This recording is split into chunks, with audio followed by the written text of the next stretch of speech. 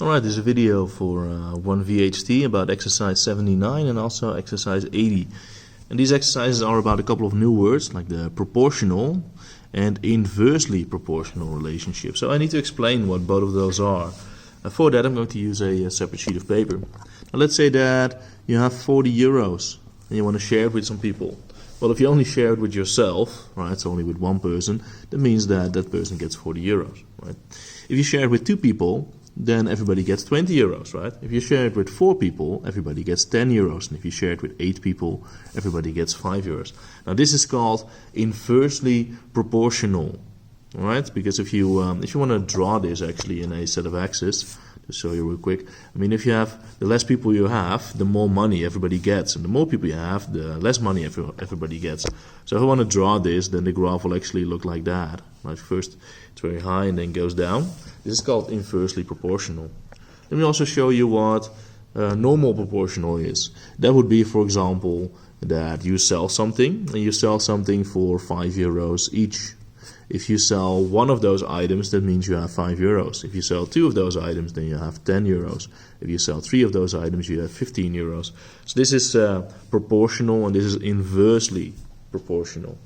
Now let's go take a look at the exercise here. Which of the following tables show a proportional relationship or an inversely proportional relationship, or neither? That can also happen, of course. If you take a look at the first one, we have 3 and 10. If you double this, this is also doubled, see that? And if you double this again, this is also doubled. If you do this times 10, this is also times 10. So this one has a proportional relationship. So let's call this, I'll just call this A, and I say, all right, this one is proportional relationship. Okay, if you take a look at the next one, here, if you do this one times 2, you don't do this one times 2. Also, this doesn't have inversely a proportional relationship. Let me show you how you can find out if something has an inverse proportional relationship. If you take a look at this table again, if I multiply these numbers, I always get 40, or a different number in a different table, right? But here I do 1 times 40 is 40, 2 times 20 is also 40, 4 times 10 is also 40. So if you take a look at this one, if you want to figure out if this one has an inversely proportional relationship, well, 3 times 10 is 30, but 6 times 15 is not 30. So this is not inversely proportional. It's also not regular proportional, because if I do this times 2, I don't do that times 2. So this is neither. So let's just call this N. The N stands for neither, right? And then I'll call this B, so A, B, and N. What we have then. Then here, exercise C. If you do this times 2, you actually do this divided by 2. And it's actually a sign that something could have an inversely proportional relationship. If you multiply this, you get 69. If you multiply this, you also get, you get 96. If you multiply this, you also get 96. If you multiply this, you also get 96. And here also, and here also. So this is actually inversely proportional, table C. So hopefully everybody gets the point by now, like what the difference is between proportional and inversely proportional, and how you can see which one is which. Here I have the E and F. Now, if you haven't tried to make something yourself yet, then I do advise that you try this table yourself first, right, these tables. You can pause the video for that maybe. Otherwise, I'm going to show you the answer right here. Here we have 5 and 10, and here we have 10 and 20. So both of them are actually doubled. And here both of them are also doubled. And here both of them are also doubled. And here both of them are multiplied with 4. So this is actually proportional. That means that, well, the increase is the same every time, right? Every value of this is doubled, right? 5 times 2 is 10, 10 times 2 is 20, 20 times 2 is 40. Exactly. So it's the same everywhere. Same as with here, right? Here you do, this is 5 times as big, but here also, and here also. Table E. Here we have 20 and 40, and here we have 24 and 48, and here we have this and that.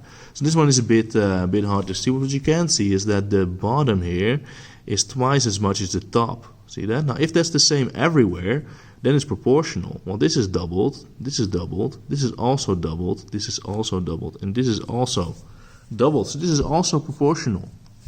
And an example of proportional would be that you sell something, and if you sell 20 of those items, you get 40 euros. That means you get 2 euros per thing that you sell. Well, the same is correct over here, right? If you sell 36 items, then you get 72 euros. And then we have F. Here we have 5 and 160 and then 10 and then 80 and then this and then this. So I mean it's not proportional because then this would have been doubled, right? It might be inversely proportional though, because if I do this times 2, I do this divided by 2, and if I do this times 2, I do this divided by 2. And that's how you can see that there's actually an inversely proportional relationship. Also, if I do 5 times 160, I get 800. And 10 times 80 is also 800, and 20 times 40 is also 800, and this is also 800, and that's also 800. So this is inversely proportional, right? That means that here, for example, if you have 800 euros and you share it with 5 people, that means that everybody gets 160 euros. But if you have 800 euros and you share it with 160 people, then everybody gets 5 euros. And that's called inversely proportional. The more people you have, the less you get, basically. Exercise 80. The tables to the right show either proportional or inversely proportional relationships. Copy the tables and fill in. Okay, so first we have to take a look at the numbers that we actually have to see what kind of relationship this is. Well, here we have 12 and 20, and here we have 48 and 5. If you do 12 times 4, you get 48. So if you do this times 4, you get 80. So it should say 80 here, which it doesn't. If it did say 80, then it was proportional. But now, I think it's actually inversely proportional, because if I do this one times 4, I actually do this one divided by 4. And also, if you do 12 times 20, you get 240. And if you do 48 times 5, you also get 240. So this is inversely proportional. And if you multiply these numbers with each other, you get, in this case, 240. Let me write that down here so I can use that. So here we have a 4. So if you do this divided by 4, you actually get 60. So you can just fill in the missing numbers by taking 240 and dividing it by the given number. Another way to calculate it is if you go from 12 to 4, you do it times 3. Divided by 3. So that means this one you should do times 3. Right, if you go from 20 to 80, you do it times 4. So this one you should do divided by 4. That's 3. And also 3 times 80 is 240. So there are two ways to calculate the missing numbers. And you can use the other way to see if you did it correct. Here we go from 12 to 1, right? Well, this one is easier to fill in by making it into 240, right? Because 1 times 240 is that. Well, this one's already given. Now there's an 8 here. So if you do this number divided by 8, then you should get 15, right? Did I say that correct? I think not. I think 30. Yes. So you should get 30 there, because 8 times 30 is 240. All right. Then we take a look at the next table. Here we have 36 and 6, and then there's one that's already filled in over here. That's 6 and 5. So if you go from 36 to 6, you do divided by 6.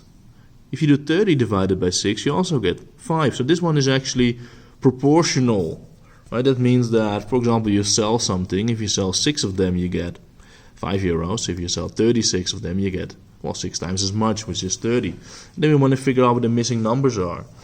Well, if you go from 36 to from 36 to 12, you do divided by 3. So this one you should also divide by 3, right? Then if I go from 30 to 15, I do divided by 2. So that one I should also divide by 2. So hopefully you see a big difference between inversely proportional and proportional. Here it's the same what you do, right? It's divided by 3 and divided by 3. But here it's the opposite thing that you do. You do divided by 3 and times 3. And that's what makes it inversely proportional or proportional. Then we go from 30 to 1. So that's actually divided by 30. So you also have to divide this by 30, and that's kind of annoying because you get a broken number there. You get 36 divided by 30. That should be 1/5. Okay, so that's kind of annoying. And here we go from 36 to 1, so we need to divide it by 36, and then you get 5/6. So like that. So it's kind of annoying to fill those numbers in. Then we have the last table. Here we have 15 and 8. So let me see. If you go from 15, let me see what you have here. If you go from 15 to 8, and this one goes from 8 to 15. Oh yeah, so you should actually see already that's inversely proportional, because it's like the other way around. That means that all the other ones we can also just sort of do the other way around. If you do 15 times 8, you get 120. So So that means that this should say 60, because 2 times 60 is 120. And then this should say 40, because 3 times 40 is also 120. And this should say a half, because 240 times a half is that. And this should say, well, something times that is what this is.